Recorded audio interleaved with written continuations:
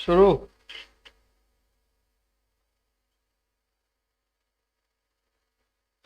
शाम वाली good morning. स्वागत है आपका DSSB TGT के लास्ट क्लास में। बहुत सारे क्वेश्चंस हमने कर लिए हैं starting from classical literature to the modern literature, और अब आपको सिर्फ और सिर्फ एग्जामिनेशन में अपीयर होना है इन्हीं सारे रिवीजन के क्वेश्चंस के साथ, सारे वीडियो लेक्चर्स के साथ जो अभी तक आपने देखा है, जो आप अभी देखने वाले हैं, जो थोड़ी बहुत चीज़ें आपने छोड़ भी दी होंगी वो सब क्लियर। आज हम उन्हीं की बात करने वाले हैं। आइए शुरू करते हैं आज के क्वेश्चंस को। सबसे पहला क्वेश्चन आपकी स्क्रीन पर है और वो मॉडर्न लिटरेचर का है, और मॉडर्न लिटरेचर के नॉवलिस्ट ग्राहम ग्रीन का है।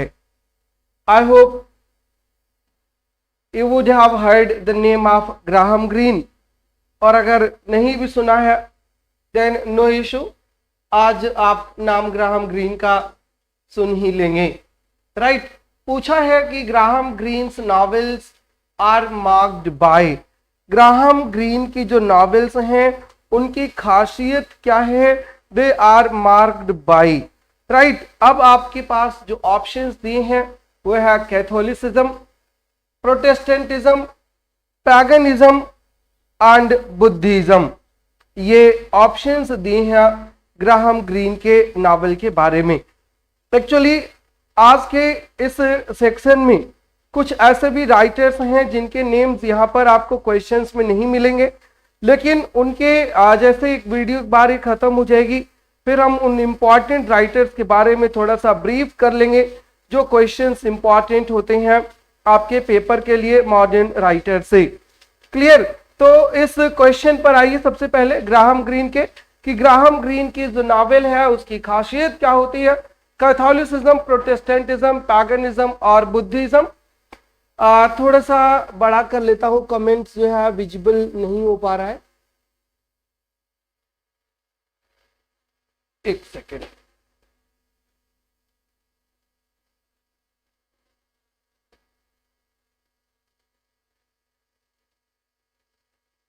जी, now the comments are visible. Graham Greene की नॉवेल्स के बारे में पहला क्वेश्चन है, तो इसका जवाब जो है वो है कैथोलिसिज्म। ग्राहम ग्रीन की नॉवेल्स पूरी तरीके से कैथोलिसिज्म से प्रभावित होती हैं। आज he himself was a Catholic, right, वो खुद कैथोलिक थे और इसलिए उनकी नॉवेल्स भी उसी कैथोलिसिज्म से प्रभावित होती है। कैथोलिसिज्म के बारे में ही वो बेसिकली लिखते हैं। उनके जो प्रोटैगनिस्ट होते हैं वो कहीं ना कहीं कैथोलिसिज्म के ही एलिमेंट्स अपने आप में लिए होते हैं, इसलिए इसका जो आंसर है कैथोलिक वो होगा, आंसर है इसका ए, कैथोलिसिज्म, क्लियर है। चलिए कैथोलिसिज्म के बाद अगले क्वेश्चन पर आते हैं जो है आपके स्क्रीन पर, कहां चला गया भाई, ये the twins in Lord of the flies. अब एक क्वेश्चन यहां से ये है कि लॉर्ड ऑफ द फ्लाइज किसकी नावल है, और फिर उसका जवाब तो हम बाद में देते रहेंगे। बताइए लॉर्ड ऑफ द फ्लाइज किसकी नावल है, who wrote the novel Lord of the flies. Lord of the flies किसकी नावल है, लॉर्ड ऑफ द रिंग्स की बात नहीं कर रहे हैं, लॉर्ड ऑफ द फ्लाइज की बात कर रहे हैं। अभी तक किसी ने जवाब नहीं दिया है लॉर्ड ऑफ द फ्लाइज का। जी दीपा अधिकारी जी का जवाब आ चुका है।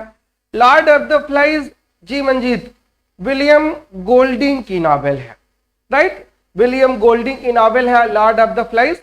1954 में पब्लिश हुई थी novel Lord of the Flies, 1954 में।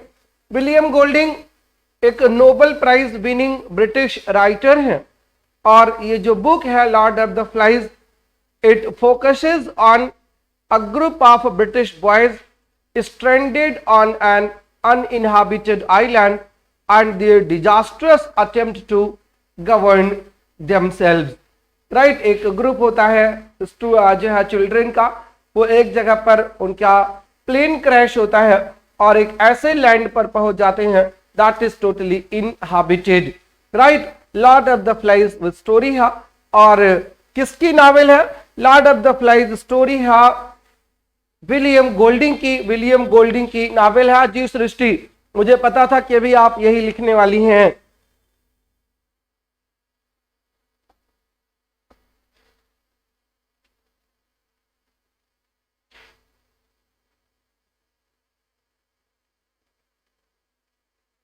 Published in 1954, Lord of the Flies was Golding's first novel.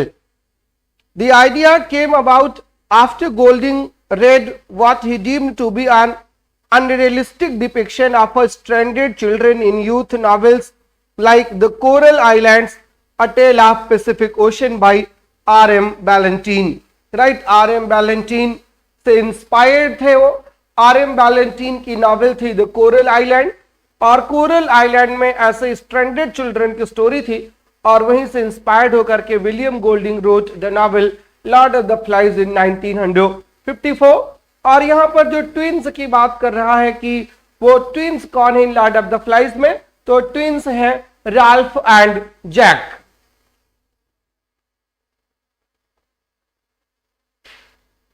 Right, Ralph and Jack twins हैं.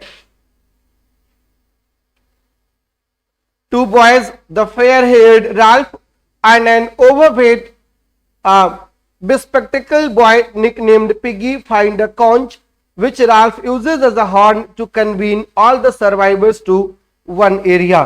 Ralph is optimistic, believing that grown-ups will come to rescue them, but Piggy realizes the need to organize.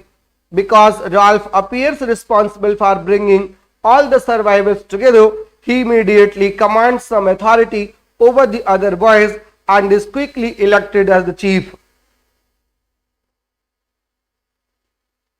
जो Jack है, Jack organizes his choir into a hunting party responsible for discovering a food source. Ralph, Jack and a quite dreamy boy named Simon soon form a loose triumvirate of leaders with Ralph as the ultimate authority.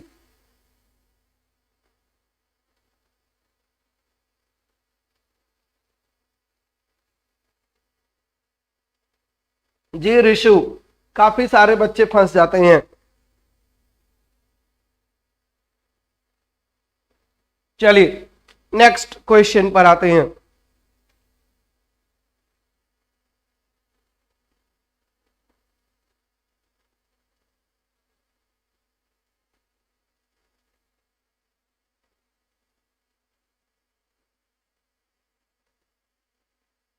Next question है, Who invented the term sprung rhythm?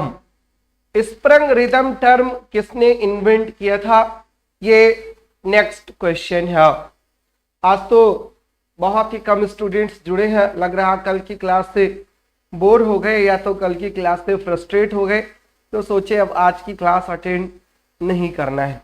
Number of students जो है today fewer than yesterday हैं, but कोई बात नहीं. Who invented the term sprung rhythm?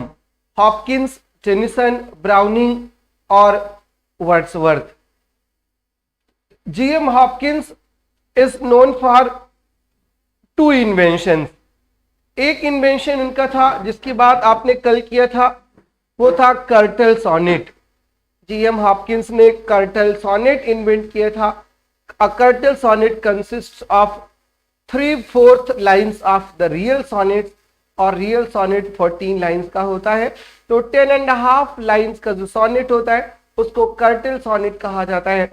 And the second invention of G.M. Hopkins was sprung rhythm.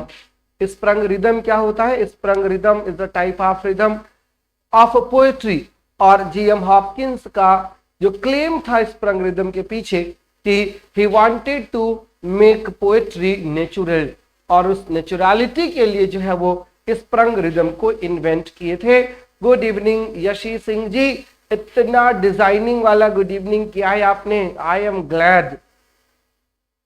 Ji Meenakshi Gehlot ji, sprung rhythm का ही meaning आपको बता रहा हूं। कहने का सेंस ये था जी.एम. हॉपकिंस के कि जब हम बोलते हैं ना तो कोई एक पर्टिकुलर लाइन पकड़ करके नहीं बोला जा सकता है, उसके लिए हमारी जो वॉइस है वो स्प्रिंग करती रहती है, और वो स्प्रिंग करने वाली जो वॉइस है उसी को स्प्रंग रिदम कहा जाता है। Sprung rhythm is a poetic rhythm designed to imitate the rhythm of natural speech, right? Designed to imitate the rhythm of natural speech, उसको स्प्रंग रिदम कहा जाता है। It is constructed from feet in which the first syllable is stressed or may be followed by a variable number of unstressed syllables. Clear जी? Shibu Mishra ji, you are here, you are most welcome. Clear? तो who invented the sprung rhythm? Answer है Gerard Manley Hopkins, means J.M. Hopkins, and the answer is here A. जी पूजा शर्मा जी को भी good evening. Next question पर आइए। Who wrote the poem defence of Lucknow? Who wrote the poem defence of Lucknow? अब किसी Indian poet का नाम नहीं दिया है, नहीं तो आप पहले उसी को उत्तर लगा देते कि डिफेंस ऑफ लखनऊ किसी इंडियन पोएट ने ही लिखा होगा, बट अगर ऐसा आप करते तो आप बिल्कुल गलत होते। ऑप्शंस आपके दिए हैं Robert browning, Lord Tennyson, AC Swinburne और गैब्रियल रॉसेटी। क्या आंसर है इसमें कि डिफेंस ऑफ लखनऊ किसने लिखा है?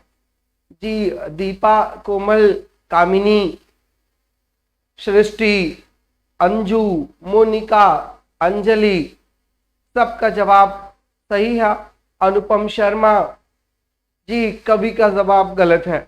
शिवानी नेगी का भी गलत है, ऋषु का गलत है, ज्योति साहू का भी जवाब गलत है, अंजू का जवाब सही है, नेहा शर्मा का गलत, राइट, और पूजा वर्मा का सही है, रीना सिंह का सही है, सिमरन पठानिया का जवाब सही है। पूजा वर्मा जी ने दोबारा आंसर दे दिया है इस उम्मीद के साथ कि उनको डबल मार्क्स अवार्ड हो जाएंगे, जो कि बिल्कुल होने वाले नहीं है। Defence of Lucknow Alfred Lord Tennyson की पोएम है, जिसे उन्होंने 1857 इंडियन म्यूटिनी जो थी उसी पर लिखा था। 1857 का भारत का स्वतंत्रता आंदोलन, फर्स्ट वॉर ऑफ इंडिपेंडेंस जो था, उसी पर डिफेंस ऑफ लखनऊ लिखा था अल्फ्रेड लॉर्ड टेनिसन ने। Tennyson was the poet laureate of England, and it was his duty to preserve the sanctity, to eulogize the bravery of Britishers, of Englishmen, और उन्होंने अपनी इस पोएम में वही काम किया था डिफेंस ऑफ लखनऊ में। रॉबर्ट ब्राउनिंग की नहीं, ये अल्फ्रेड लॉर्ड टेनिसन की पोएम है। सर जी सेम टी शर्ट मैंने भी पहन रखी है। वाह विजय लक्ष्मी जी, भेज दीजिए फोटो फिर। ठीक है, हु रोट द पोएम? मुझे तो आप देख ले रहे हो, और you are invisible to me. Invisible man किसकी नावल है? इनविजिबल मैन और द इनविजिबल मैन, ये दो अलग अलग राइटर्स की नावल है, दो नॉवेल्स हैं एक्चुअली, और सर्च करिएगा कि किसकी हैं। बाय मिस्टेक टाइप हुआ था, चलिए बाय मिस्टेक टाइप ना किया करिए भाई, बाय मिस्टेक कुछ और काम करिए ढंग का। आइए अगले क्वेश्चन पर आते हैं। In Sons and Lovers, Paul Morales mother's name is। 3 question इसी एक क्वेश्चन में है। सबसे पहले तो सन्स एंड लवर्स किसकी नॉवेल है, इस पर क्वेश्चन आपके पेपर में आ सकता है। सन्स एंड लवर्स में सन्स में कौन कौन सन्स हैं और लवर्स कौन है, और पॉल मॉरेल किस नॉवेल में कैरेक्टर है, ये सारी चीजें आपके पेपर में पूछी जा सकती हैं। My voice is not coming, I think you have some issues in your network. My voice is coming. Sons and lovers D.H. Lawrence की नावल है, राइट। डेविड हर्बर्ट लॉरेंस की नावल है सन्स एंड लवर्स। 1913 में publish हुई थी, 1913 में publish हुई थी, और पूरी नावल एडिपस कॉम्प्लेक्स की थियोरी पर बेस्ड है। एडिपस कॉम्प्लेक्स क्या होता है? In Oedipus complex excessive love of a mother towards her son और excessive love of son towards his mother show किया जाता है। और इस नॉवेल में Paul Morel the son is in love with his mother, और क्वेश्चन पूछा है कि नाम क्या है मदर का पॉल मोरेल के, what is the name of Paul Morel's mother. और एक चीज आप और जान लीजिए लगे हाथ कि Paul Morel was the original title of the novel sons and lovers, right. Original title भी इसकी पॉल मोरेल ही थी। पॉल मोरेल प्रोटैगनिस्ट का नाम है, और मदर कौन है ये पूछा है, सुसन, जेन, गर्ट्रूड और एमिली, ये 4 ऑप्शंस हैं। The refined daughter of a good old burgher family, Gertrude Coppard meets a rough-hewn miner, Walter Morale, at a Christmas dance and falls into a whirlwind of romance characterized by physical passion. But soon after marriage to Walter, she realizes the difficulties of living off his meager salary in a rented house. The couple fight and drift apart, and Walter retreats to the pub after work each day. Gradually, Mrs. Morale's affection shifts to her sons, beginning with the oldest, William, and later to Paul Morale. As a boy, William is so attached to his mother that he doesn't enjoy the fare without her. As he grows older, he defends her against his father's occasional violence. Eventually, he leaves their Nottinghamshire home for a job in London, where he began to rise up into the middle class. He is engaged, but he detests the girl superficially. William dies, and Mrs. Morale is heartbroken. When her second son Paul catches pneumonia, she discovers her love for Paul. Right? So, who is the mother of Paul Morale? You now know the answer. The mother of Paul Morale was Gertrude, and Walter Morale was the father of Paul Morale. William was the brother of Paul Morale. Clear? Gertrude लग रहा है? चलिए, Gertrude लग रहा था और Gertrude जवाब भी मिल गया है, वही सही जवाब है। और गर्ट्रूड से एक और चीज याद आई कि हैमलेट की मदर का नाम भी गर्ट्रूड था। हैमलेट शेक्सपियर का जो प्ले है उसका जो प्रोटैगनिस्ट है प्रिंस हैमलेट, उसकी मदर का नाम भी गर्ट्रूड ही था। जी शिबू मिश्रा जी, जवाब गलत हो गया है। सुसन हैंकर्ड की वाइफ है मेयर ऑफ कास्टर ब्रिज में, और जेन डॉटर है हैंकर्ड की, नाम है उसका एलिजाबेथ जेन। गर्ट्रूड पता ही हो गया आपको, हैमलेट की मदर है। और यहाँ पर पॉल मोरेल की, और एमिली वाइफ थी किसकी? एमिलिया वाइफ थी इयागो की। क्लियर? चलिए अगले क्वेश्चन पर आते हैं।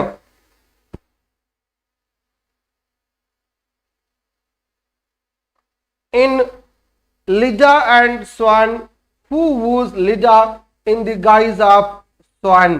तो एक क्वेश्चन यहां से फिर कि who wrote Leda and Swan, and what is the genre of Leda and Swan, whether it is a play, a poetry, a drama या something else। क्या है ये? लिडा एंड स्वान, लिडा एंड द स्वान।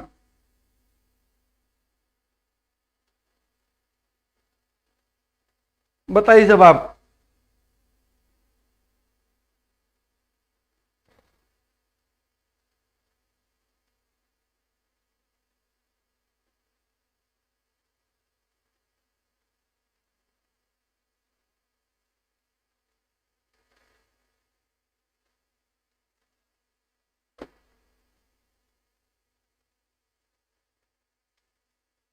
जी बिल्कुल, जवाब तो पारुल चोपड़ा, संध्या माथुर सबका सही है। बट ये पूछा था कि लिडा एंड स्वान किसकी पोयम है।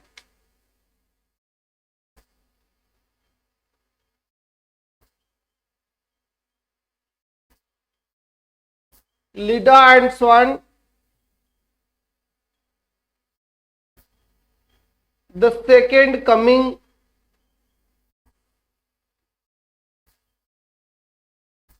Selling to Byzantium,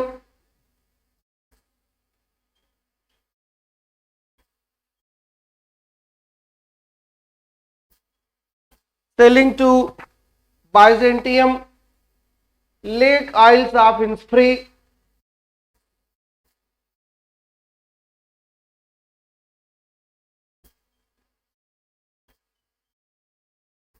lake isles of Innisfree, ये सब डब्ल्यू बी एट्स की इंपॉर्टेंट पोएम्स हैं। W B Yeats was a Irish poet. W B Yeats wrote preface to Gitanjali of Rabindranath Tagore, and W. B. Yeats played a vital role when Rabindranath Tagore was awarded the Nobel Prize, and W. B. Yeats himself was awarded the Nobel Prize. Right? W. B. Yeats was not only a poet, he was also a critic and dramatist. और Ireland के city capital जो Dublin है, Dublin में इन्होंने एक theatre establish करवाया था और उसका नाम था Abbey Theatre. Right, Abbey Theatre के फाउंडिंग मेंबर्स में से थे W B Yeats. Clear. Leda and Swan उन्हीं की एक सोनेट है। Right, Leda and Swan W B Yeats की एक सोनेट फॉर्म है, और इस सोनेट फॉर्म में स्वान जूस होता है जो किंग ऑफ गॉड्स कहा जाता है। Juice becomes a swan, and in the guise of swan he rapes Leda, and not only rapes but also impregnates Leda, and consequently Helen of Troy was born। Right, Helen of Troy इसी की daughter थी, Leda and juice की, Leda and स्वान की, और इसी पर poem है W B Yeats की, नाम है लीडा एंड स्वान। तो who rapes whose Leda in the guise of swan, WOOES, whose का मतलब होता है टेम्प्ट करना, अट्रैक्ट करना, परसुएड करना, और ये जूस होता है जो स्वान बन करके आता है और उसको परसू करता है, रेप करता है, इम्प्रेग्नेट करता है, and the child Helen of Troy was born. Clear. तो इसका जवाब क्या है लिडा एंड स्वान का? इसका जवाब है जूस। ऑलराइट।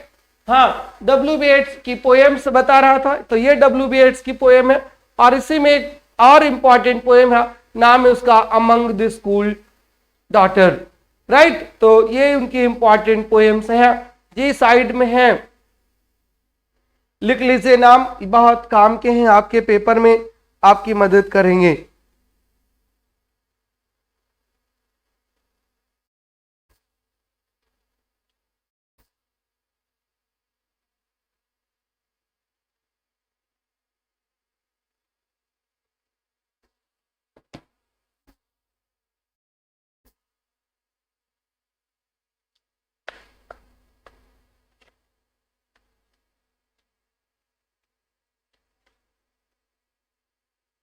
जी, got Nobel prize.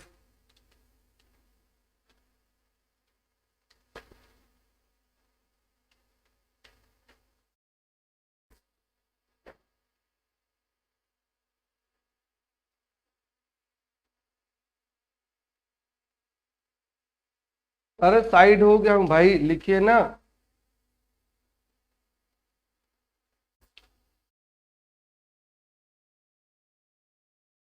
Next question.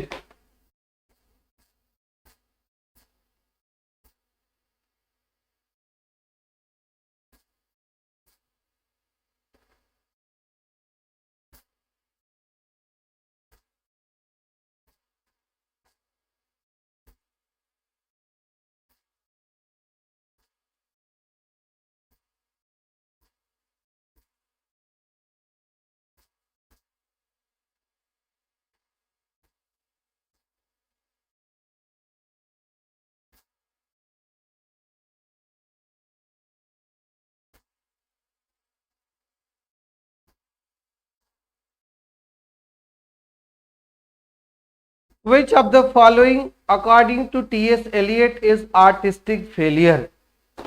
Artistic failure कौन है फॉलोइंग में से? The Tempest, Hamlet, Henry fourth part 1 और ट्वेल्थ नाइट। राइट, इसका जवाब सबको पता है, खूब सारी चीजें आपने देखा है टीएस एलियट के बारे में भी और विलियम शेक्सपियर के बारे में भी कि हैमलेट आर्टिस्टिक फेलियर है in the words of Thomas Stearns Eliot. Hamlet artistic failure है। और क्यों आर्टिस्टिक फेलियर है? Because it lacks objective correlative. Objective correlative की वजह से इसको आर्टिस्टिक फेलियर की कैटेगरी में रखा है मिस्टर टीएस एलियट ने अपने एसे हैमलेट एंड हिज प्रॉब्लम्स में।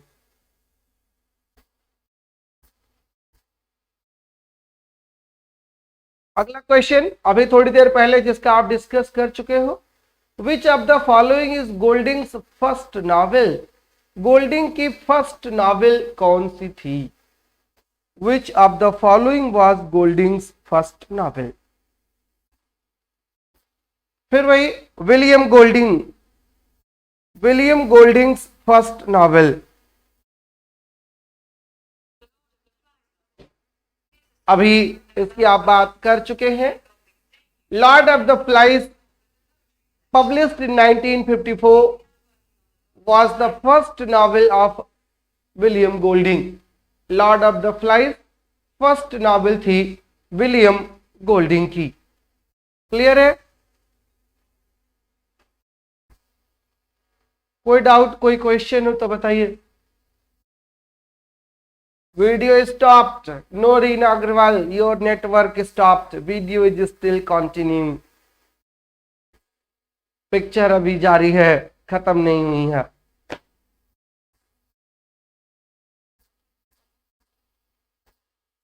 अगला क्वेश्चन देखिए और जवाब दीजिए।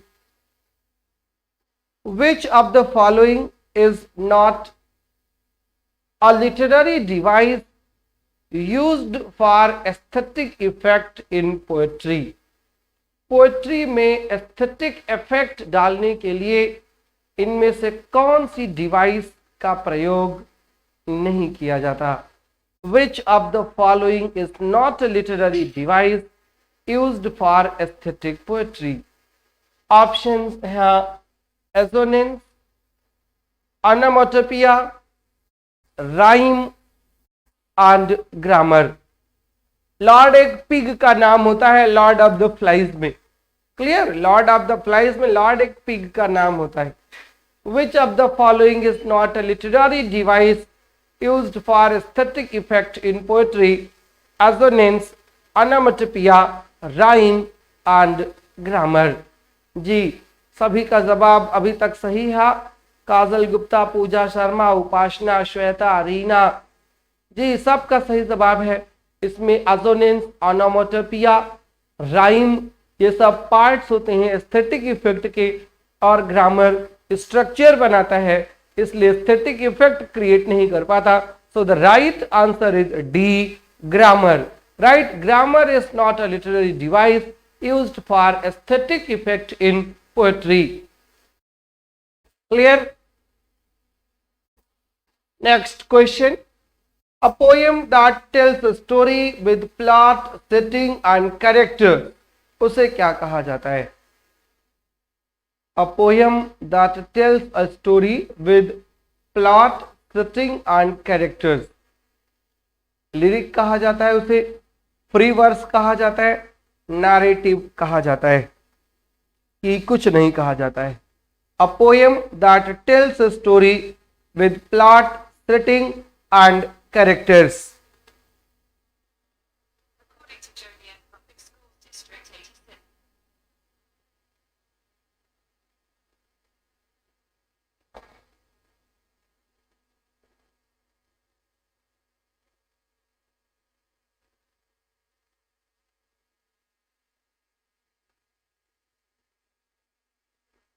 शाबाश।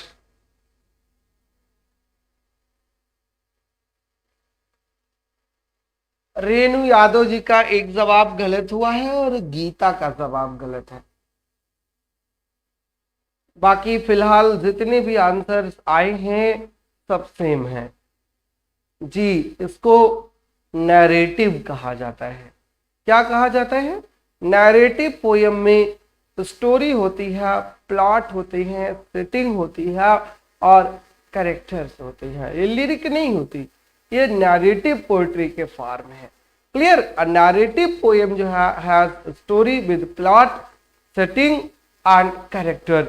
राइट? तो इसका जवाब क्या होगा? इसका जवाब हो जाएगा सी। क्लियर? ये नैरेटिव पोयम का एग्जाम्पल है। A poem that tells a story with plot, setting and characters. Clear? कोई कंफ्यूजन हो तो बताइए। Narrative poetry tells stories through verse.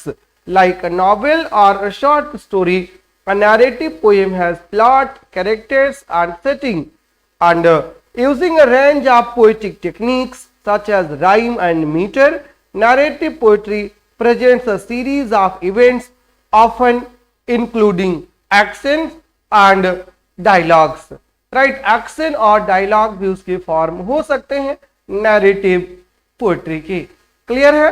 आइए नेक्स्ट क्वेश्चन की तरफ प्रोसीड करते हैं।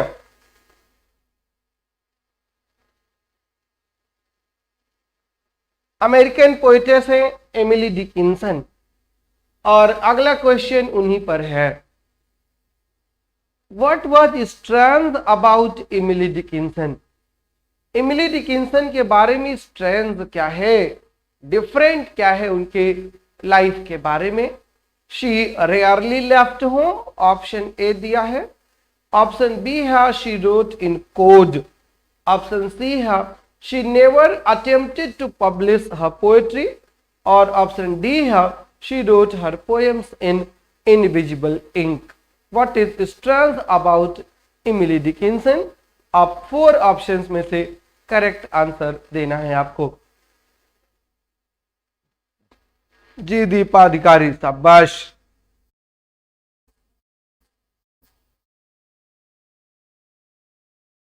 Emily Dickinson.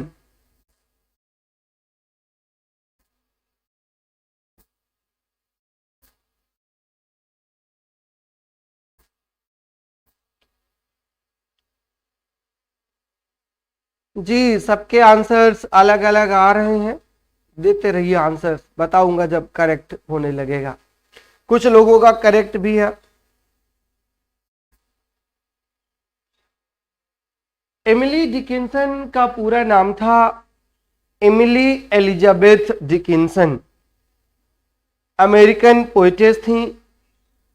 अपने लाइफ टाइम में बहुत कम फेमस हुई थी। After her death she was regarded one of the most important figures in American poetry. She was born in Amherst, Massachusetts, into a prominent family with strong ties to its community. Sir जी class ले रहा हूं, class के बाद बात करें। Hello,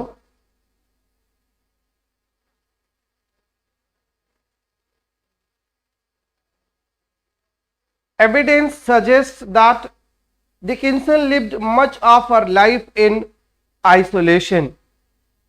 Or considered an eccentric by locals, she developed a penchant for white clothing and was known for her reluctance to greet guests or later in life to even leave her bedroom.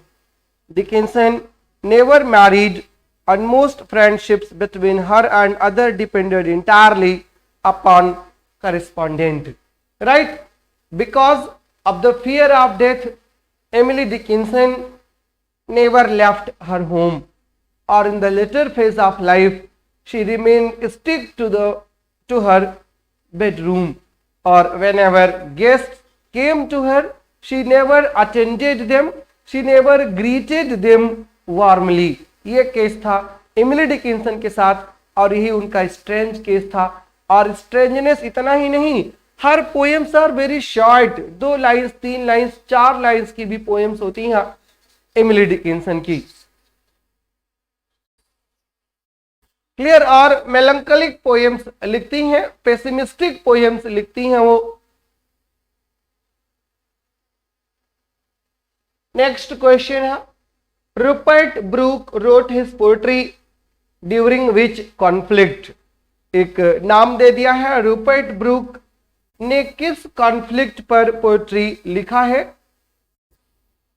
Bore war, second world war, Korean war और first world war. एक बात ये confirm है कि Rupert Brooke was a war poet, और war poet में जो options दिए हैं उसमें से पूछा है कि कौन सी पोएम्स हैं जो रूपर्ट ब्रूक ने किस वार पर अपनी पोएम्स लिखा है।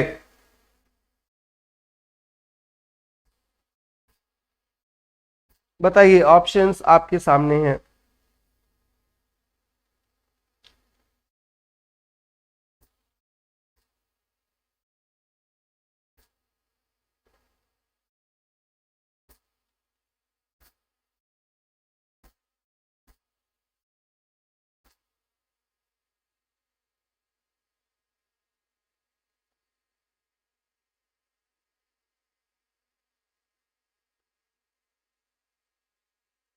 चार बच्चे आंसर देते हैं तो चार अलग अलग ऑप्शन पे उत्तर दे देते हैं। पहली बात तो बोअर वार टेनिसन के टाइम पर हुआ था, और टेनिसन ने बोअर वार पर पोएट्री लिखी थी। अगर आपको याद होगा, the charge of light brigade. Second world वार पर पोएट्री नहीं लिखी थी रूपर्ट ब्रूक ने। रूपर्ट ब्रूक की पोएट्री जो थी वो फर्स्ट वर्ल्ड वार पर थी। Rupert Brooke himself was a soldier, right, वो खुद सोल्जर थे, और उनकी पोएट्री फर्स्ट वर्ल्ड वार पर है, ना कि सेकेंड वर्ल्ड वार पर है, राइट। इसका आंसर जो है वो है डी, राइट, आंसर है इसका डी। ये वॉर पोएट तो थे, और इनकी war poetry First world war पर बेस्ड थी।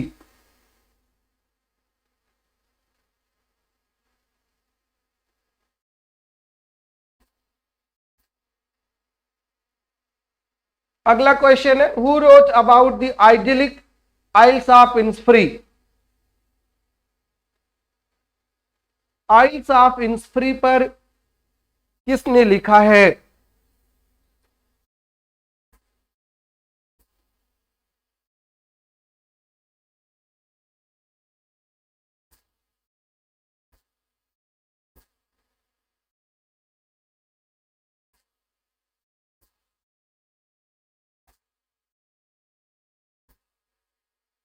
शाबाश। अभी हमने लिखा था और स्क्रीन पर अभी दिखाई भी दिया है आपको कि आइल्स ऑफ इन्सफ्री किसने लिखा है। और अगर तब भी क्वेश्चन गलत हो रहा है तो फिर भगवान ही मालिक है आपका, मैं नहीं हो सकता।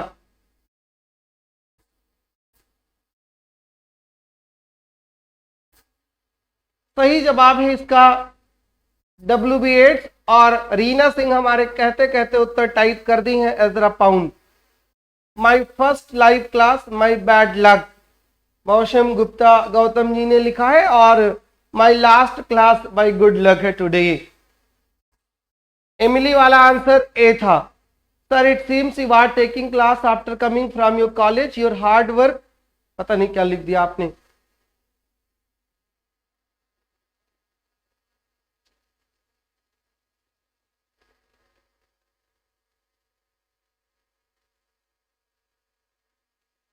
ये नेक्स्ट क्वेश्चन है,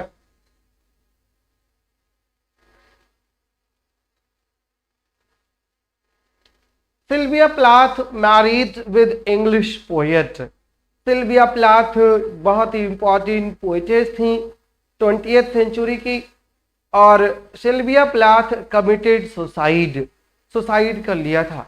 20th सेंचुरी की एक और बहुत ही प्रोमिनेंट राइटर थी, फेमिनिस्ट थी, जिन्होंने सुसाइड किया था। उनका नाम था वर्जीनिया वुल्फ, और वर्जीनिया वुल्फ के सुसाइड के 20 ईयर्स बाद सिल्विया प्लाथ ने भी सुसाइड कर लिया था।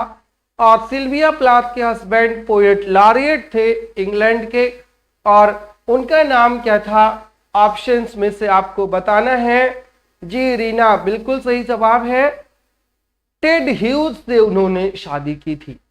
टेड ह्यूज से उन्होंने शादी की थी सिल्विया प्लाथ ने। Sylvia Plath married Ted Hughes, right. अब जो लोग कुछ नहीं जानते हैं वो जवाब ना दिया करे तो भी बहुत स्मार्ट लगेंगे, राइट। गीता, जरूरी नहीं होता हर क्वेश्चन का जवाब आपको आए। You should wait for the right answer if you don't know the correct one, right. तुक्का नहीं लगाइए, माइनस मार्किंग है, चौपट कराओगे। मोनिका जी का भी जवाब गलत हो गया है, राइट। माइनस मार्किंग में सोच समझ के उत्तर दिया करिए, जो आपको 100% कंफर्म्ड हो उसी के साथ जाएं, और जहां पर थोड़ा भी लोचा दिखाई दे तुरंत उसको छोड़ दीजिए, वही आपके लिए बेहतर साबित होगा। क्वेश्चन का आंसर ना करना भी मार्क्स दे जाता है, गलत आंसर तो मार्क्स दे नहीं ले भी जाता है। क्लियर, हर क्वेश्चन की वैल्यू होती है, सबका उत्तर ना दें, जो जानते रहें उसी का जवाब दें। ये भी एग्जामिनेशन कंपटीशन बीट करने की एक ट्रिक होती है, हर प्रश्न का जवाब नहीं दिया जाता। अगला क्वेश्चन है मार्गरेट एटवुड के बारे में। Margaret Atwood was born in which Canadian city. मैं देखिए पूरी कोशिश करता हूं कि एक क्वेश्चन में कई क्वेश्चन शामिल हो जाएं। पहला तो यही क्वेश्चन है कि मार्गरेट एटवुड किस कंट्री से बिलोंग करती हैं, तो इसका आंसर क्वेश्चन में ही दिया है, कनाडा से। अब पूछ हमने ये लिया है कि किस कनाडियन सिटी से वो बिलोंग करती हैं, और 4 कनाडियन सिटी का नाम भी दे दिया गया है, वैनकूवर, टोरंटो, ओटावा और मॉन्ट्रियल। Margaret Atwood, clear. बताइए सही जवाब क्या होगा मार्गरेट एटवुड के बारे में।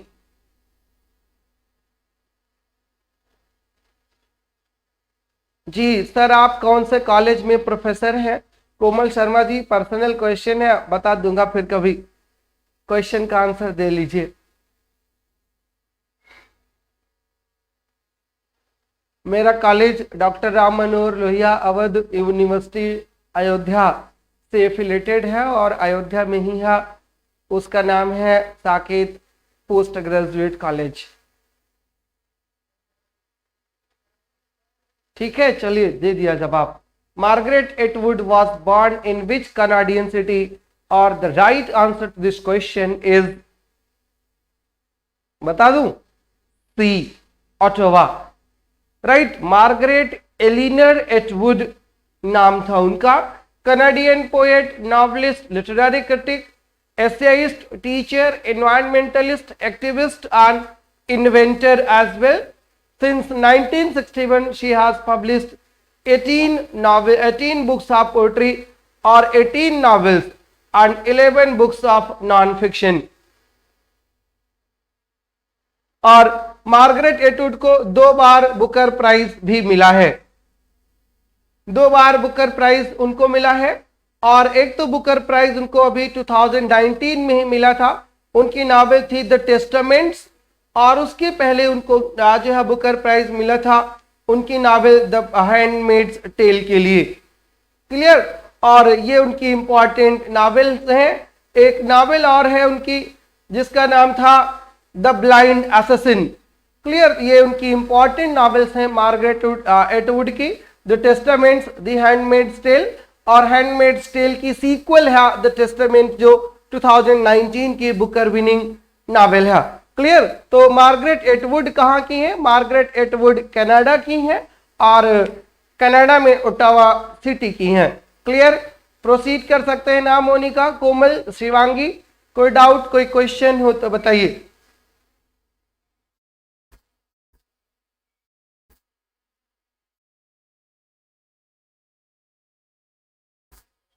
अगला क्वेश्चन है, इन यूलिसिस विच स्टाइलिस्टिक कैरेक्टरिस्टिक जो है कैरेक्टरिस्टिक्स अपीयर। यूलिसिस में कौन सी स्टाइलिस्टिक कैरेक्टरिस्टिक्स है जो अपीयर करती हैं? 4 ऑप्शंस दिए हैं, stream of consciousness, multi talented, who is multi talented, Margaret Atwood, yes, Margaret Atwood is definitely multi-talented. In Ulysses, which stylistic characteristics appear? Options है stream of consciousness A, B है repetition of words, option C है shifts in narrative voice और option D है all of the above. कोई बात नहीं दीप्ति, आप spelling सही कर लीजिए, पेपर में गलत नहीं करिएगा बस। अच्छा रीना, मार्गरेट लॉरेंस के बारे में भी आपको जानना है, चलिए उनके बारे में बता देता हूं। ये क्वेश्चन पहले रिप्लाई कर लीजिए।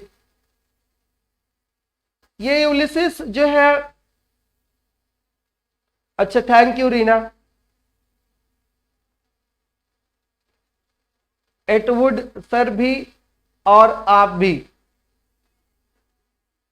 Thank you. वैसे मार्गरेट एटवुड एक लेडी का नाम था।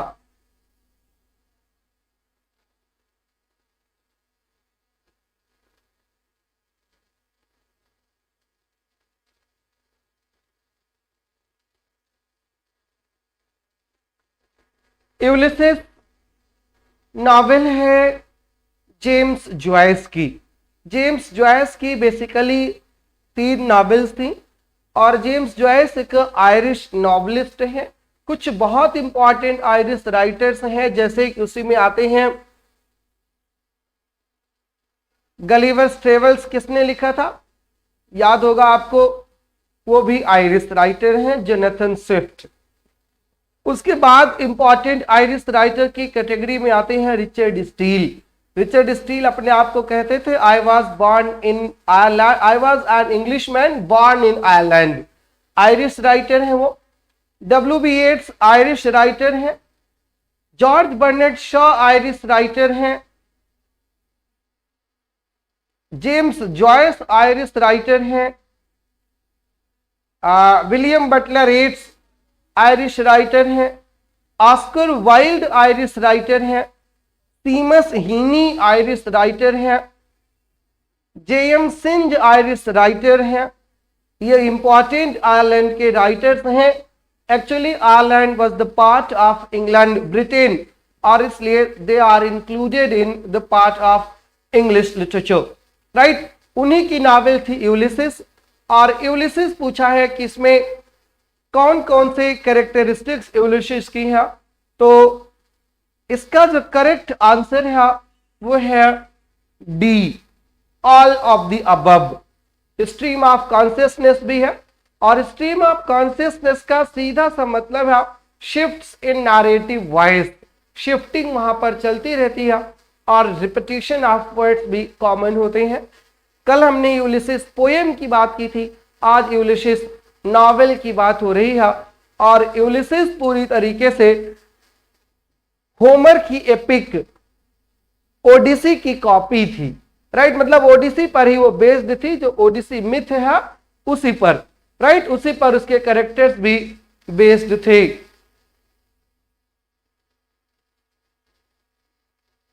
अगले क्वेश्चन पर आइए।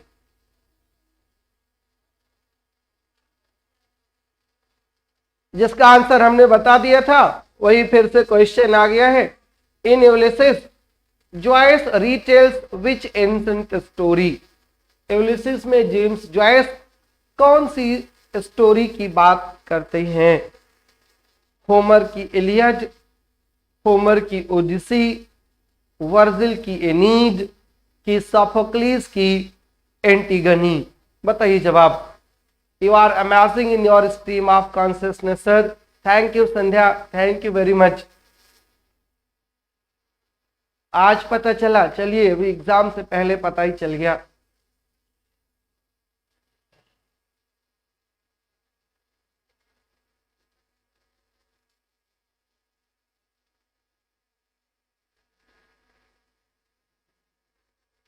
सही जवाब है ना, प्रोसीड करें।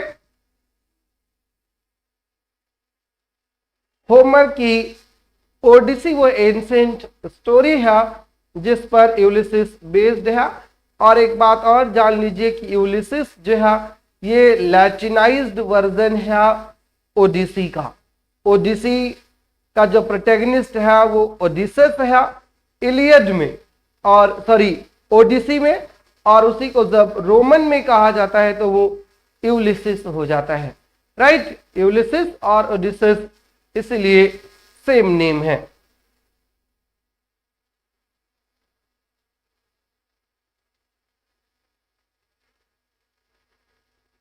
अगला क्वेश्चन फिर से जेम्स जॉयस की novel a portrait of the artist as a young man पर है।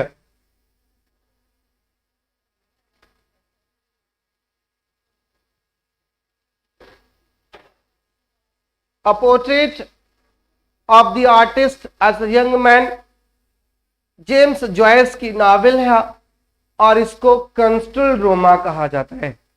कंस्ट्रल ड्रामा क्या होता है? कंस्ट्रल ड्रामा में एक आर्टिस्ट की स्टोरी होती है, जैसे कि बिल्डिंग्स रोमा में, बिल्डिंग्स रोमा को डेवलपमेंट नॉवेल कहा जाता है।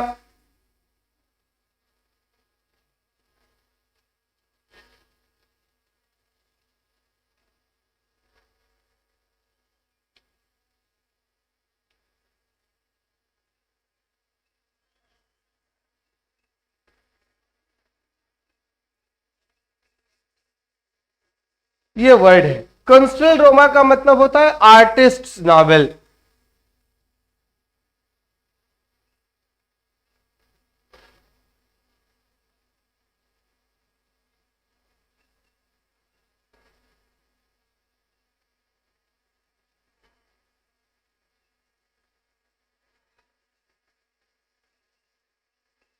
बिल्डिंग्स रोमा का मतलब होता है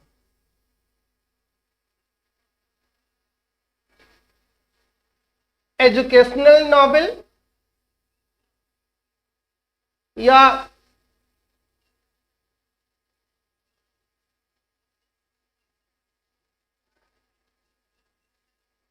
डेवलपमेंट नॉवेल, उसी को कहा जाता है। राइट, और एक नॉवेल और होता है, क्या बोलते हैं उसको? रोमा क्लेफ।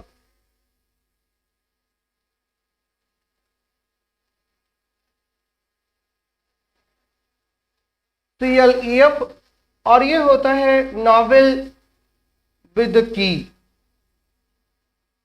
नॉवेल विद की का मतलब होता है कि करेक्टर्स तो फिक्टिशियस होते हैं but they are based on the real ones. Right, और इस क्वेश्चन का जो जवाब है a portrait of the artist as a young man thematises which of the following, तो ये ऑल ऑफ द अबव इसका उत्तर है। The artist in exile, spiritual crisis, artistic awakening, तीनों थीमेटिक पार्ट है portrait of the artist as a young man के। तीनों सही है, मतलब उत्तर इसका डी है, all of the above.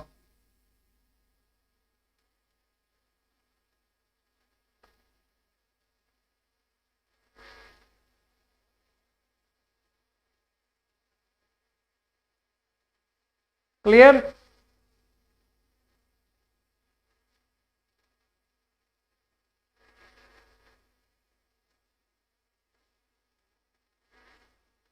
Proceed करें।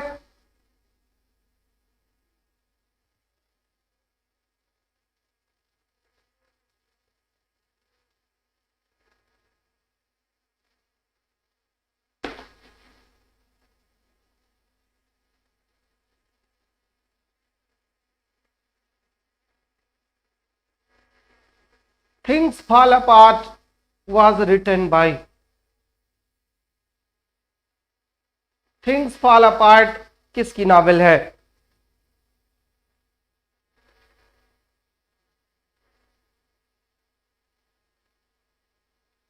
शिव कुमार जी, ऐसी कोई शर्त नहीं है कि जब ऑल दी अबव मिले तो मैक्सिमम टाइम ठीक होता है।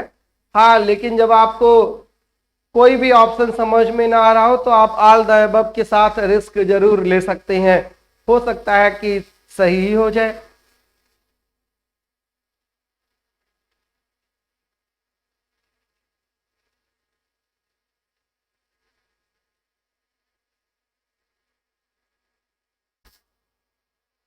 Things fall apart was written by African novelist Chinua HB. बहुत इंपॉर्टेंट क्वेश्चन है सभी टीजीटी के बच्चों के लिए। Things fall apart was written by Chinua Achebe and the title of this novel was taken from W.B. Yeats's poem The Second Coming। W.B. Yeats की poem the second coming से ये title ली गई थी। The falcon can not hear the turning and turning widening gyre, the falcon can not hear the falconer, things fall apart, mere anarchy is loosed upon the world. Clear, ये lines है things fall apart, Chinua Achebe की novel है। African novelist हैं Chinua Achebe. Clear, Africa के जो important writers हैं उनमें Chinua HB का नाम आता है, उनमें वॉलसेंका का नाम आता है और उनमें नाम आता है चिनुआ एचबी वॉलसेंका के बाद नदीम गार्डिमर का। क्लियर, नदीम गार्डिमर नोबेल विनर है, वॉलसेंका भी नोबेल विनर है। देख लीजिएगा इनको नोबेल प्राइज कब मिला है। बहुत इंपॉर्टेंट, आपके पेपर के लिए नहीं है लेकिन थोड़े बहुत जरूर है, उनको हम यहाँ पर बता दिए हैं नाम। सर एक रिक्वेस्ट है, क्लास ओवर होने के बाद 5 मिनट कुछ ब्रीफ कर देना। इंग्लिश पेडागॉजी के लिए क्या पढ़कर जाना चाहिए? Reena Agarwal ji, I don't know anything about English pedagogy. बिल्कुल मैं जीरो हूं and you know more than me about teaching pedagogy. Teaching pedagogy is the part of Rohit sir and I advise you to ask this question to Rohit sir and he will answer you in a good way, right? ये मेरा field नहीं है तो मैं वहां पर कुछ नहीं बता सकता Reena, I am sorry. Clear, things fall apart was written by Chinua Achebe. अगली पोएम पर आइए, सॉरी अगले क्वेश्चन पर। Midnight children is a novel by, midnight children किसकी नॉवेल है?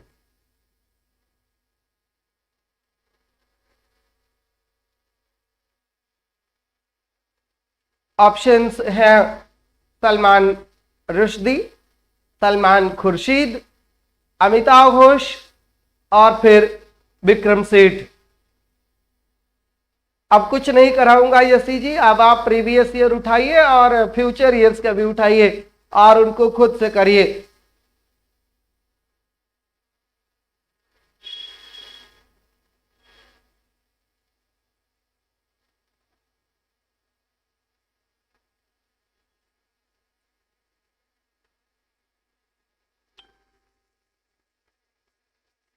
मिडनाइट्स चिल्ड्रन, रोहित सर ने आज ही एक्सप्लेन किया है, तब भी आप मुझसे क्वेश्चन पूछ ही रहे हो।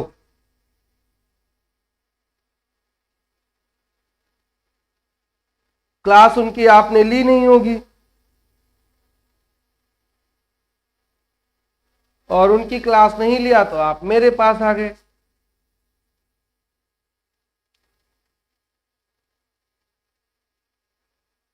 मिडनाइट चिल्ड्रन सलमान रुश्दी की नॉवेल थी और सलमान रुश्दी जो मिडनाइट की बात करते हैं वो मिडनाइट 15 अगस्त 1947 की मिडनाइट है और उसी दिन इंडिया में 1001 चिल्ड्रन का जन्म होता है सलमान रुश्दी के अकॉर्डिंग, और वो all 1001 children had the special ability to communicate telepathically, right? सब आपस में बात करते हैं, कॉन्फ्रेंस भी होती है माइंड में जिसको MCC कहा जाता है, मिडनाइट चिल्ड्रन कॉन्फ्रेंस।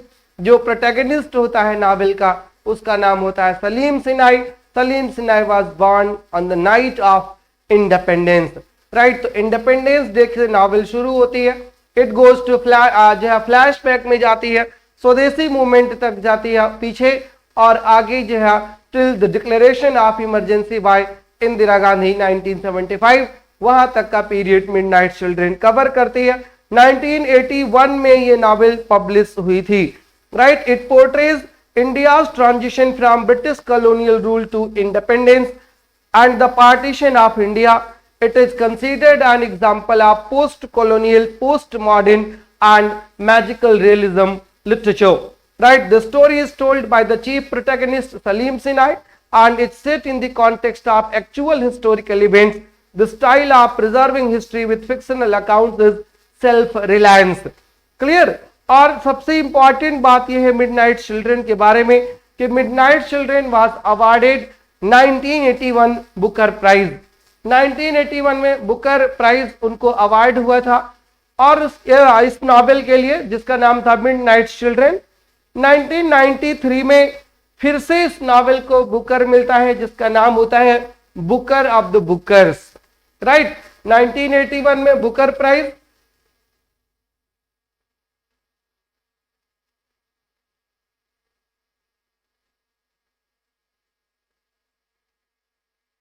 और बुकर ऑफ द बुकर्स जब बुकर प्राइज ने अपने 25 इयर्स पूरे किए 1993 में तो बुकर ऑफ द बुकर्स मिला।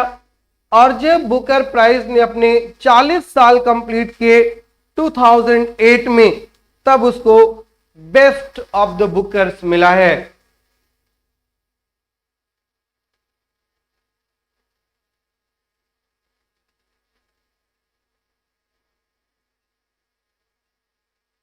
मतलब सेम नॉवेल को 3 कैटेगरी में बुकर प्राइज मिला है।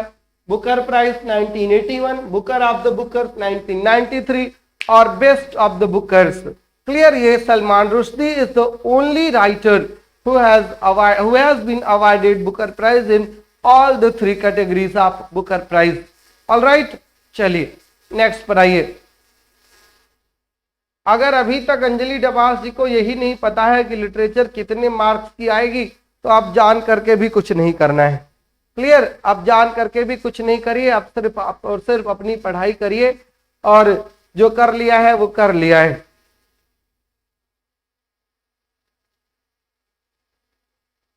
अगली नॉवेल पूछा है कि the shadow lines was written by. Shadow lines किसकी नॉवेल है? Shadow line once again based on the partition of India. Options हैं मीना अलेक्जेंडर, अनीता देसाई, अरुंधति रॉय और Amitabh Ghosh. The shadow lines. Here is some information about the shadow line. The lives of some police investigators and criminals are intertwined when a drug lord, Art Bratton, is murdered.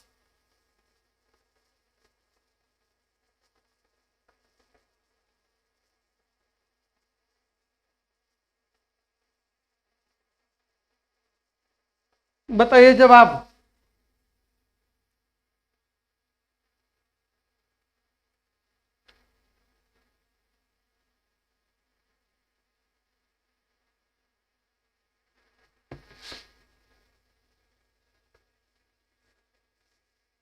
देखिए, shadow lines और shadow line में confuse नहीं होइएगा। The shadow line is the novel by Joseph Conrad. Joseph Conrad की novel है the shadow line और अमिताभ घोष की line है, अमिताभ घोष की नॉवेल है the shadow lines. The shadow lines Amitabh Ghosh की है और the shadow line Joseph Conrad की है। बिल्कुल भी यहाँ कंफ्यूज नहीं होना है। वैसे यहाँ पर जोसेफ कॉनरैड ऑप्शन में नहीं दिया है तो आप बेटर पोजीशन में हैं, आपने अमिताभ घोष लगा दिया है। वैसे कामिनी सिंह ने सारा कंफ्यूजन खत्म करके अरुंधति रॉय पर लगा दिया है। अरुंधति रॉय की अभी तक सिर्फ 2 नॉवेल्स हैं। एक को बुकर प्राइज मिला था 1997 में और उसका नाम था the God of small things, और जो दूसरी उनकी नॉवेल 2018 में आई है उसका नाम है the ministry of utmost happiness. Right, the ministry of utmost happiness ये उनकी नॉवेल है। ज्यादा दिमाग नहीं लगाइएगा अरुंधति रॉय पर। यद्यप उनके नॉन फिक्शंस तो बहुत सारे हैं, नॉवेल्स उनकी जो सेकंड नॉवेल है उसका नाम है the ministry of utmost happiness. Clear?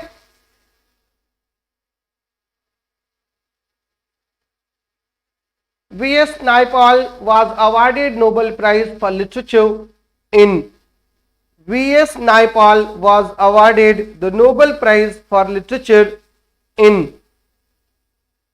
V.S. नाइपाल को नोबेल प्राइज कब मिला था, ये क्वेश्चन है।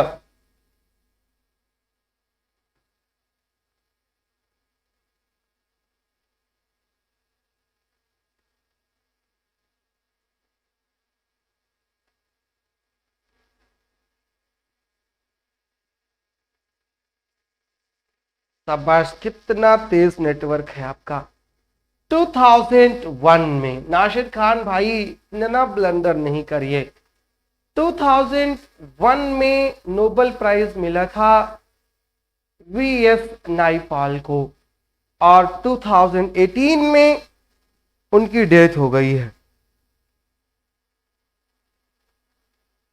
रविन्द्रनाथ टैगोर, कैलाश सत्यार्थी, सर विद्याधर सूरज प्रसाद नाइपाल, अमर्त्य सेन, ये ऐसे राइटर्स हैं, ऐसे लोग हैं जिनको इंडियन रूट के हैं और जिनको जो है नोबेल प्राइज मिला है।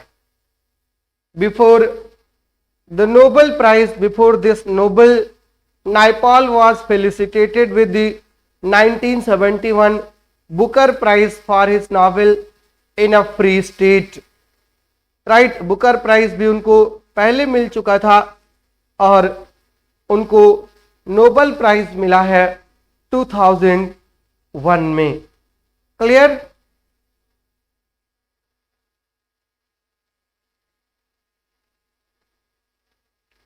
Which of the following works was not awarded Booker Prize?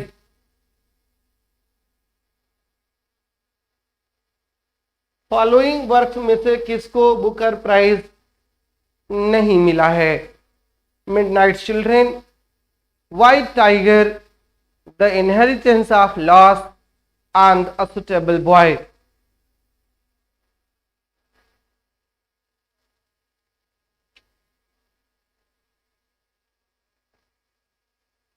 Which of the following works was not awarded the Booker Prize? Meenakshi Gehlot, Booker prize तो पर्टिकुलर नॉवेल के लिए मिलता है, जबकि Nobel prize life time achievement होता है। मिडनाइट चिल्ड्रन को Booker prize मिला था 1981 में। व्हाइट टाइगर को अरविंद एडिगा की नॉवेल है द व्हाइट टाइगर, उसको बुकर प्राइज मिला था कब? व्हाइट टाइगर को बुकर प्राइज मिला था 2008 में, जब सलमान रुश्दी को बेस्ट ऑफ द बुकर्स मिला था। The inheritance of loss Kiran Desai की नॉवेल है। किरण देसाई इंडियन राइटर अनीता देसाई की डॉटर हैं और उनको 2006 में बुकर प्राइज मिला था। अ सुटेबल बॉय विक्रम सेठ की नॉवेल है और उनको कभी भी बुकर प्राइज नहीं मिला है। इसलिए the correct answer here is D, a suitable boy was not awarded the Booker prize. Clear? उत्तर है इसका डी, सुटेबल बॉय। जी पूजा वर्मा जी, व्हाइट टाइगर को मिला है, हमने आपको एक एक नॉवेल क्लियर कर दिया। The white tiger, midnight children, the inheritance of loss and a suitable boy.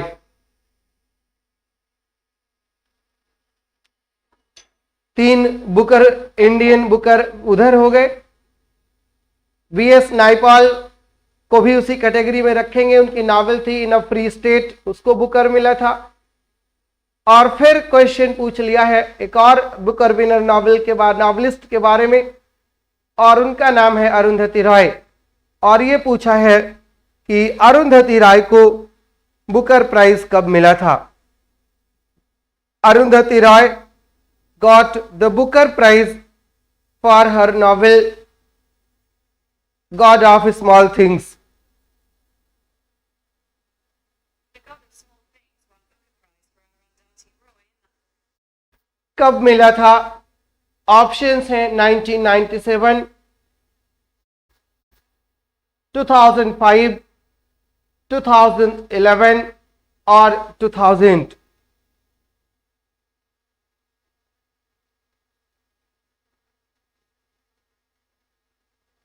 Arundhati राज जो नॉवेल थी God of small things, it is her poetic debut novel that tells the story of twins Estha and Rahel and the shocking consequences of a pivotal event in the young lives. Or the novel God of Small Things is set in 1960s and in Kerala। और 1997 में Booker prize मिला था इस novel को, अरुंधति राय के god of small things. Clear. अगला question है who wrote the introduction to Gitanjali. Gitanjali का इंट्रोडक्शन किसने लिखा है? E.M. Forster, W.B. Yeats, F.R. Leavis और एज़रा पाउंड। थोड़ी देर पहले इसकी चर्चा कर चुके हैं हम लोग और आई होप आप आंसर गलत नहीं करेंगे। बताइए who wrote the introduction to Geetanjali.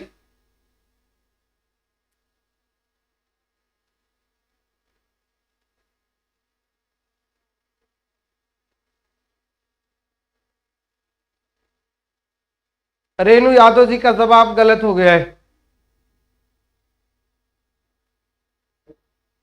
दिशा का भी जवाब गलत है, बाकी सबका सही है।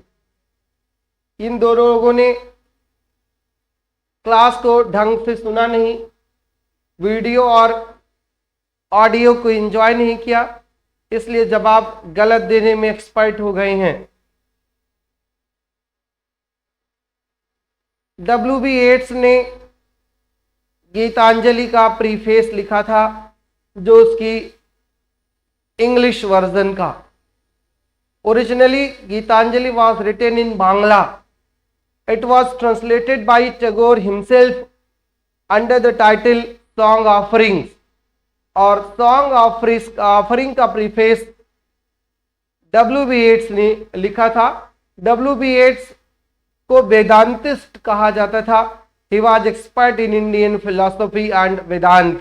क्लियर। और उन्होंने ही preface to English version of Gitanjali लिखा था। राइट। E.M. फॉस्टर ने मुल्कराज आनंद की नावल अनटचेबल का प्रीफेस लिखा था। अनटचेबल मुल्कराज आनंद की नावल है और उसका प्रीफेस लिखा था E.M. Foster. Edward Morgan foster, जिनकी नावल थी अ पैसेज टू इंडिया, उन्होंने लिखा था। और E.M. फॉस्टर जो है और मुल्कराज आनंद दोनों ही फ्रेंड थे और मुल्कराज आनंद और E.M. फॉस्टर की मुलाकात ब्लूम्सबरी ग्रुप में हुई थी। क्लियर। तो यहां पर जो करेक्ट आंसर है वह है W.B. येट्स। क्लियर जी। गीता आपका ठीक है, गीता हमेशा गलत नहीं होती।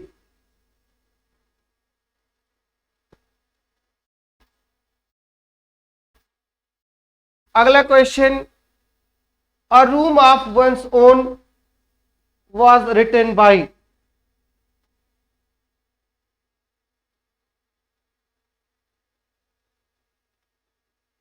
Sarojini Naidu, Kamala Das, Virginia Woolf, Maya Angelou. किसका वर्क है a room of one's own?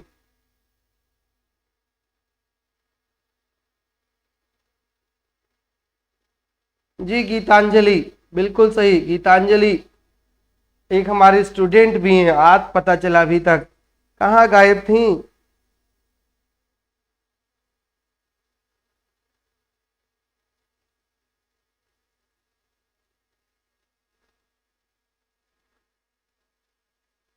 A Room of One's Own is an extended essay by Virginia Woolf, first published in September 1929. The work is based on two lectures Woolf delivered in October 1928 at Newnham College and Girton College, University of Cambridge, or later both the lectures were incorporated into one, और फिर वो बन गए a room of one's own. 1929 में publish किया गया उसको।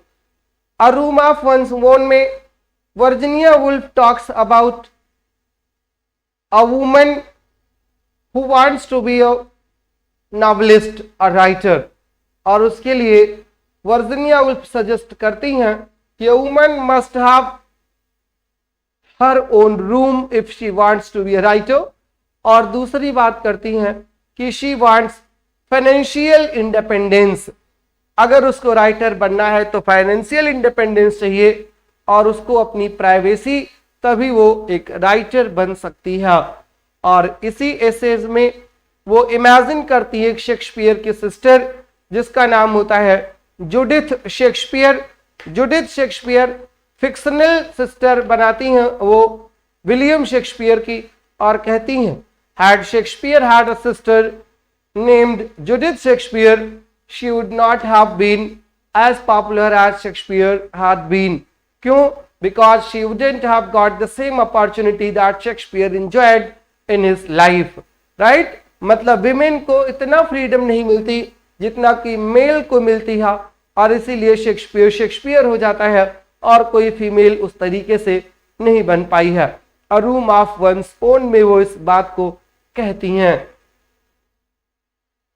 I daily give answers but you never speak my name. Oh Gitanjali, I am so sorry.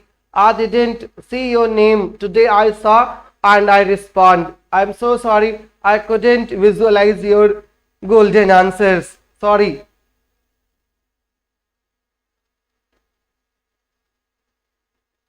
क्या लिखा है पूजा शर्मा जी ने? सर सभी वर्क्स के ईयर लर्न नहीं हो पा रहे हैं, क्या करें? अरे कुछ नहीं करें भाई, वर्क्स के ईयर नहीं लर्न हो पा रहे हैं तो कुछ ड्रास्टिक स्टेप्स नहीं उठाइएगा, वो पेपर देने के बाद सब याद हो जाएंगे, कभी भूलेंगे नहीं।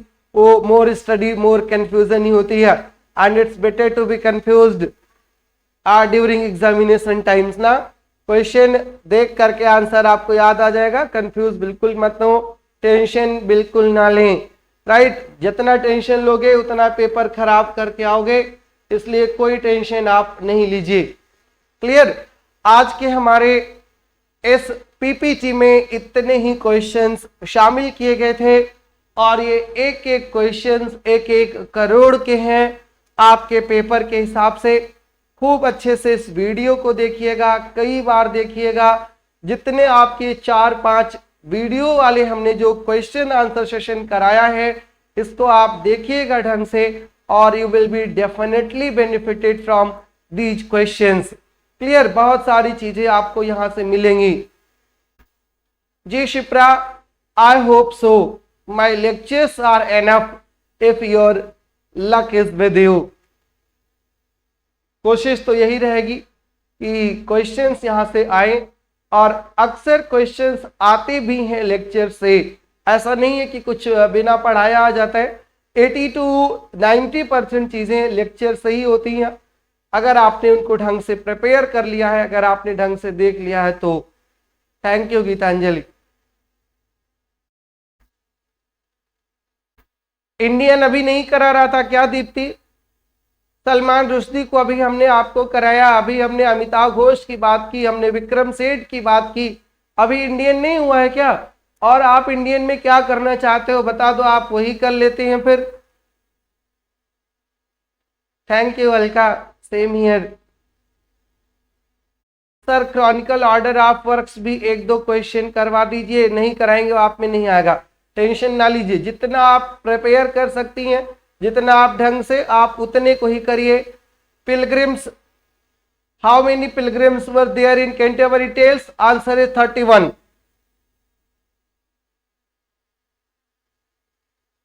सारे इंग्लिश स्टूडेंट्स जीआईसी का लखनऊ आया है तो अच्छी बात है मीनाक्षी, लखनऊ तो एक्सेसिबल भी है, रिचेबल भी है, आराम से आप पहुंच भी जाएंगी, कोई दिक्कत नहीं है वहां पे। जी निकिता सहनी जी, देर से जवाब दिया है, सही जवाब है। इलाहाबाद भी सेंटर होगा, सब लखनऊ ही नहीं हो सकता, या हो सकता है इंग्लिश वालों का सिर्फ लखनऊ ही हो। और कोई क्वेश्चन?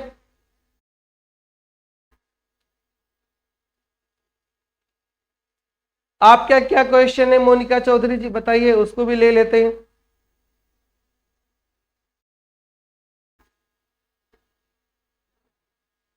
सर अब नेक्स्ट टाइम कब वर्चुअल मीटिंग होगी? जब आप कहो तब वर्चुअल मीटिंग हो जाएगी, आप जब चाहो तो मुझसे मिल सकते हो।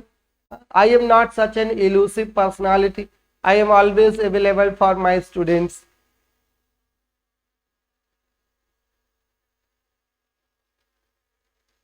Thank you Sandhya. हो सकता है शिप्रा इंग्लिश का लखनऊ ही हो। How many times ghost appear in Hamlet? Answer is 3।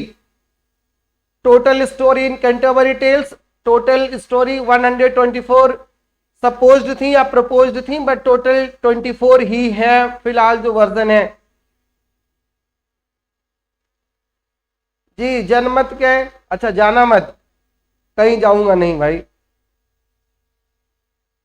TGT English paper के लिए कोई सजेशन? जी नहीं, कोई सजेशन नहीं है।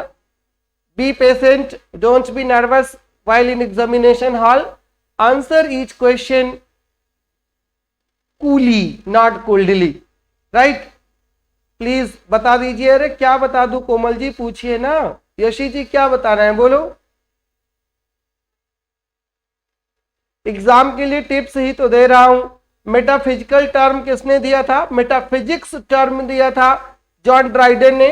जॉन ड्राइडन ने कहा था डन अफेक्ट्स मेटाफिजिक्स, और फिर मेटाफिजिकल पोएट्स का जो टर्म है, फ्रेज है, it was given by the literary dictator Samuel Johnson.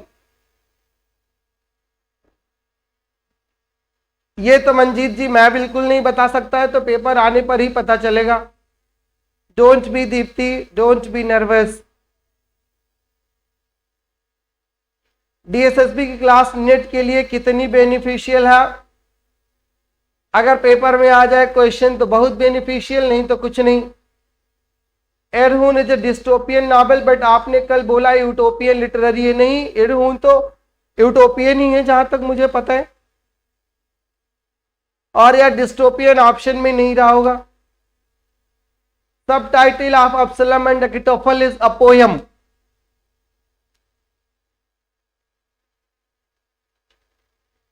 Pen name of Oliver Goldsmith, किस पेपर में आया था ये?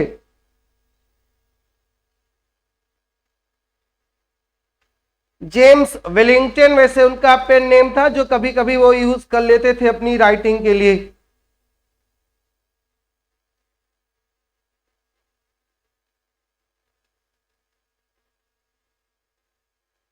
James Wellington, not at all कॉमिनी। पैसेज टू इंडिया का subtitle Leaves of the Grass बिल्कुल नहीं है। पैसेज टू इंडिया एक पोएम है विटमैन की, और passage to India E.M. Foster की एक नॉवेल है। The subtitle of A Passage to India आपने पूछा है।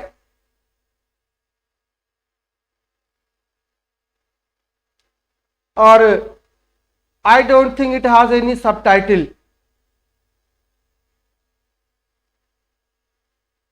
जी Pooja, should I go for exam or not? Why not, Rajni Ravi? You should go. You are not well, you will be well on the date of your examination. Definitely, Alka. 13 सितंबर को mail का paper है ना, female का तो नहीं है ना? Female का है तो बताइए ना, मेल का पेपर आएगा तो जरूर डिस्कस करेंगे। Definitely I will be with question paper. और कुछ? No. Will the class continue tomorrow? No, the class may be continued but not for you. You have completed your syllabus now. Now you are free. Class can be continued for the new students. Yes, Komal Sharma, I hope so.